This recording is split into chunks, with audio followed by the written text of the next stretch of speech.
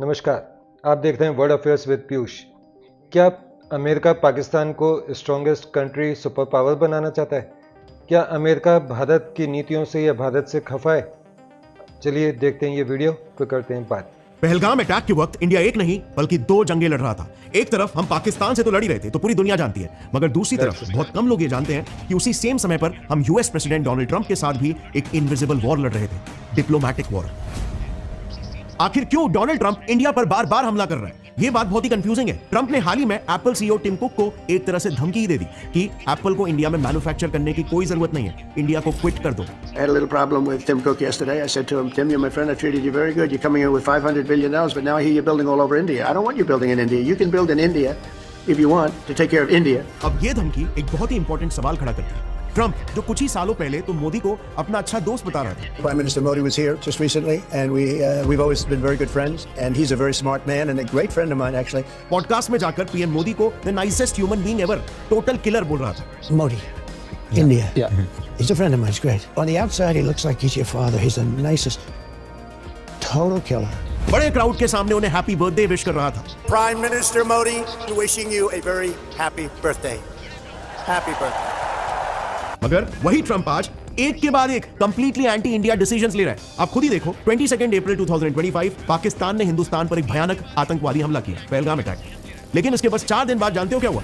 America ने उल्टा India की इकोनॉमी पर एक भयानक वार किया। एक American company world liberty financial ने पाकिस्तान के साथ एक सीक्रेट डील साइन किया। ध्यान से सुनना, पाकिस्तान को पूरे साउथ एशिया का नया क्रिप्टो करेंसी हब बनाने के लिए। अब गेस करो, ये American company world liberty financial का मालिक कौन है? वेल, डोनाल्ड ट्रंप की फैमिली, जिनका इसमें 60% स्टेक है। सो मतलब पाकिस्तान जैसे टेररिस्ट नेशन को आप एक क्रिप्टो एटीएम बनाने दे रहे हो, जिसका इस्तेमाल क्रिमिनल्स करते हैं इलीगल ट्रांजैक्शंस करने के लिए, जैसे weapon purchase, drug smuggling, terrorist activities etcetera. इस मीटिंग में पाकिस्तान आर्मी चीफ आसिम मुनीर और पीएम शहबाज शरीफ दोनों मौजूद थे, और अमेरिका और पाकिस्तान के बीच इस पूरी डील को एक क्रिप्टो प्लेटफॉर्म बाइनेंस के फाउंडर ने ब्रोकर किया। एंड यू नो व्हाट, इसके कुछ ही दिनों बाद उसी बाइनेंस के फाउंडर का हमारे देश की इकोनॉमी पर एक एक्सपर्ट ओपिनियन जरा देखना। इंडियन इकोनॉमी एक शार्प डाउनफॉल पर है। इनके हिसाब से इंडिया को मल्टी बिलियन डॉलर्स का नुकसान हो रहा है। इनके हिसाब से यूएस पाकिस्तान डील के तुरंत बाद इंडिया अचानक से डूबती हुई इकोनॉमी बन गई, और पाकिस्तान जो अब तक आईएमएफ से 28 लोन्स ले चुका है, जैसे तैसे करके अपने दिन काट रहा है, वो साउथ एशिया का अगला इकोनॉमिक पावर हाउस बनने वाला है। एंड आई रिपीट, ये पहलगाम अटैक के बस 4 दिन के अंदर ही। नेक्स्ट, अभी तक यूएस इंडिया से एक्सपोर्टेड इंडियन प्रोडक्ट्स पर 3.91% टैरिफ्स यानी टैक्स लगाता था, पर पिछले ही महीने अप्रैल 2025 में यूएस ने ये टैरिफ्स बढ़ाकर 26% कर दिया, यानी कि 6 गुना बढ़ा दिया, जिसका सीधा निशाना बनी हमारी एक्सपोर्ट इंडस्ट्री। इससे इंडियन प्रोडक्ट्स यूएस में एकदम से महंगे हो गए, उनकी डिमांड एकदम से घट गई, और नतीजन कई एक्सपोर्ट डिपेंडेंट सेक्टर्स रातों रात घायल हो गए, स्पेशली इंडिया का डायमंड सेक्टर, क्योंकि आज भी इंडिया अपने टोटल जेम्स और ज्वेलरी एक्सपोर्ट्स में 30% एक्सपोर्ट अकेले यूएस को ही करता है। लेकिन टैरिफ्स बढ़ाने की वजह से आज यही इंडस्ट्री इकोनॉमिकली स्ट्रगल कर रही है, हजारों इंडियंस की नौकरियां जा रही है।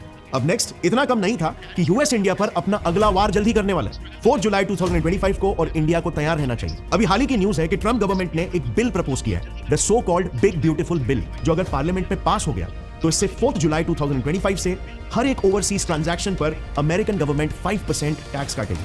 अब ये बात आपको भी पता है, वर्क वीजा पर यूएस जाने वाले highest number of immigrants Indians ही है, जो यूएस जाकर पैसे कमाकर अपनी सैलरी इंडिया भेजते हैं अपने घर वालों को। इनफैक्ट 2023 में तो कैन यू इमेजिन, अमेरिका के 72% H1B वीजास यानी कि जॉब वीजास इंडियंस को ही इशू हुए थे। लेकिन इस लॉ के बाद से सभी एनआरआईज को एंड ऑफ कोर्स इंडिया के फॉरेन इनकम को भी एक बड़ा झटका लग सकता है। एंड फाइनली, ट्रंप ने एप्पल के सीईओ टिम कुक को भी खुलेआम धमकी देकर एक सिंबॉलिक मैसेज पहुंचाया कि वो इंडिया में आईफोन्स का प्रोडक्शन बंद कर दे। Now I hear you're building all over India. I don't want you building in India. You can build in India if you want to take care of India. वो तो fortunately Tim ने Trump की बात को पूरी तरह से नजरअंदाज कर दिया, और उल्टा उसने इंडिया में अपनी मैन्युफैक्चरिंग कैपेसिटी को बढ़ाने का प्लान अभी हाल ही में सबके सामने रखा है। Apple plans to focus more on India. Apple, which country makes up to about 5% of its global iPhone supplies in India, is targeting to increase that to about 25%.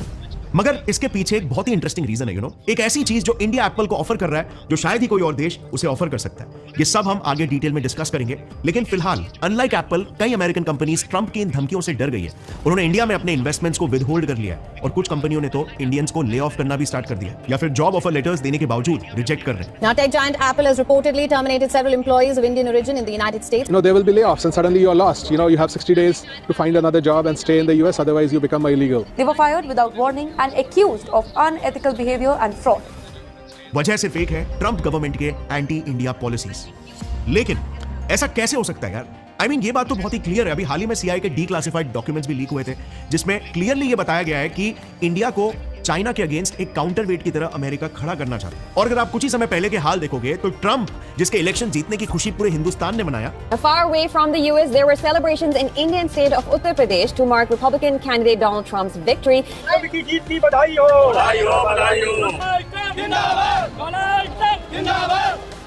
Joe Biden के बाद Trump के आने से almost सभी 140 crore Indians खुश थे। हमें लगा था कि अब इंडिया और यूएस के रिश्ते गहरे होंगे, अमेरिका इंडिया की इकोनॉमी को सपोर्ट करेगा। इनफैक्ट इंडिया पाकिस्तान वॉर के समय भी तो हम यही सोच रहे थे ना कि पहली जंग होगी जिसमें यूएस और रशिया दोनों इंडिया को सपोर्ट करेंगे। लेकिन आज वही ट्रंप इंडिया का एक बड़ा दुश्मन क्यों बन रहा है?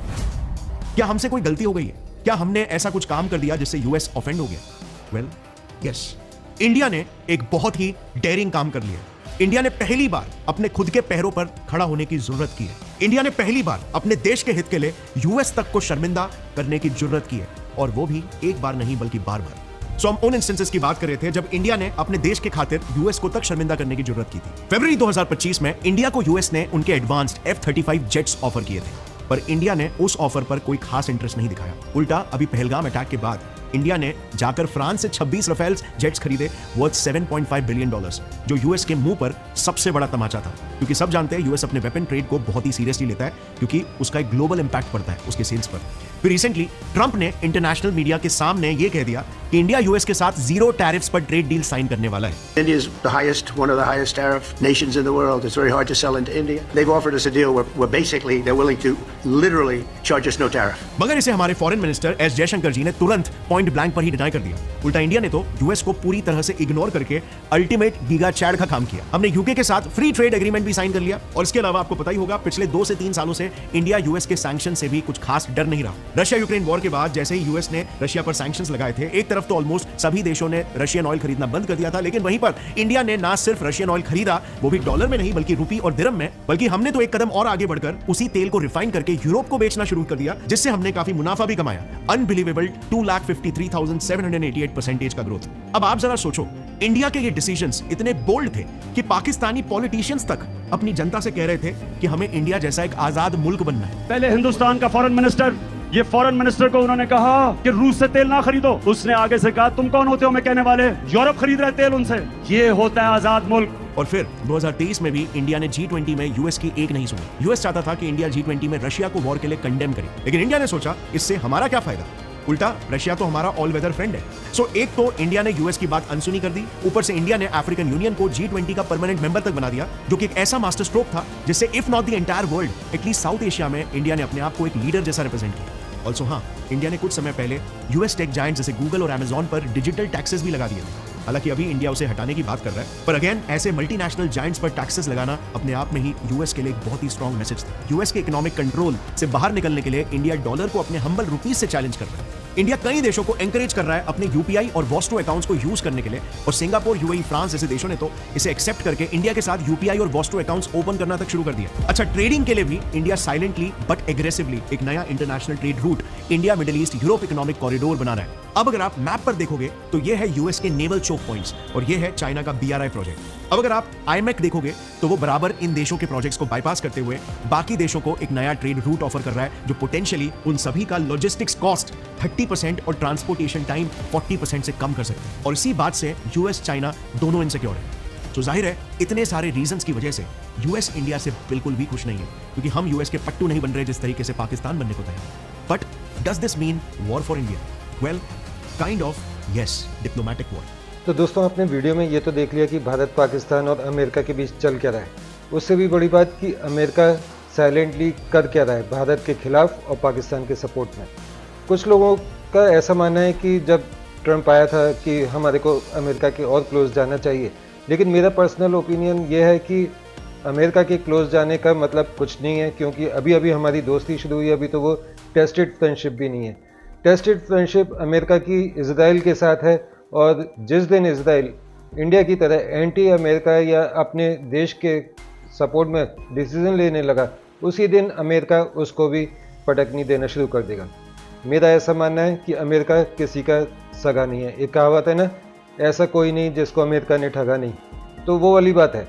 अमेरिका हमारा बिल्कुल भी टेस्टेड फ्रेंड नहीं है। हमारा टेस्टेड फ्रेंड रशिया है और इजराइल है।